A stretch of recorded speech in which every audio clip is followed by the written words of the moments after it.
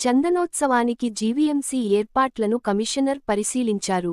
సర్వదర్శనం, 300, 1000, 1500 రూపాయల క్యూ లైన్లను, ఉత్తర ద్వారం, సుపథం, గోపురం, అంతరాలయం తదితర ద్వారాల పరిసరాలను కమిషనర్ సూక్ష్మ పరిశీలన చేశారు. చందనోత్సవానికి నియమించిన అధికారుల విధుల ప్రాంతాలను పరిశీలించి పలు సూచనలు కమిషనర్ కేతన్ గార్గ్ చేశారు.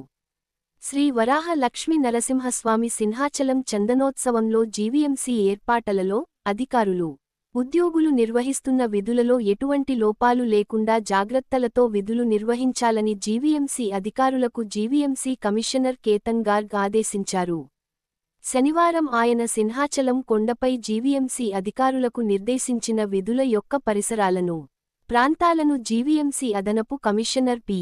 నల్లనయ్య, జోనల్ కమిషనర్లతో, పర్యవేక్షక ఇంజనీర్లు, ఉన్నతాధికారులు, సింహాచలం కార్యనిర్వాహక ఇంజనీర్ శ్రీహరి లతో కలిసి కలియతిరిగి పరిశీలించారు.